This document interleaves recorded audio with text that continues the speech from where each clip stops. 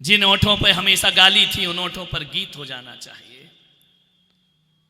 जिन ओठों पर हमेशा बुराई थी वो ओठ अच्छाइयों से सज जाना चाहिए। ध्यान रखना है तो समझना हमने अपनी जिंदगी में कोई परिवर्तन किया है। कुछ ना कुछ तो इस पीढ़ी को देकर जाओ।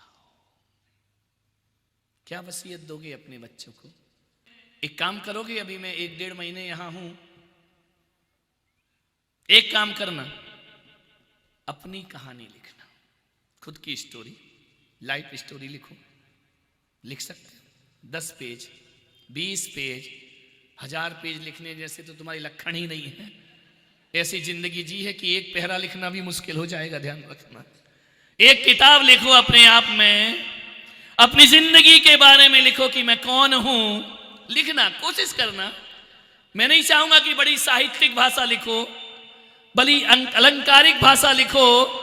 तुम्हें जैसी भाषा आती हो, बागड़ी आती बागड़ी में लिख लो, मेवाड़ी आती मेवाड़ी में लिख लो। अपनी जीवन गाथा लिखो, एक पुस्तक पूरी लिखो। मैंने दर्जनों पुस्तकें लिखी हैं, लेकिन सबसे ज्यादा तकलीफ मालूम है कब होती है? जब उस पुस्तक का टाइटल देना हो कि पुस्तक है क्या। शीर्षक में ही सब कुछ होता है। तुम अपनी पुस्तक लिखना और टाइटल सबसे लास्ट में लिखना। लिख सकोगे?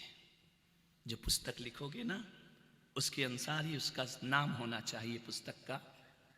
क्या लिखोगे अपने नाम में, हीरो या विलन? क्या लिखोगे अपनी पुस्तक में? यदि हीरो जैसा कैरेक्टर होगा तो पुस्तक में नायक लिखा जाएगा। ध्यान रखना। और नायक जैसा कैरेक्टर नहीं हुआ तो पुस्तक का नाम खलनायक में आने वाला है। ध्यान रखिए।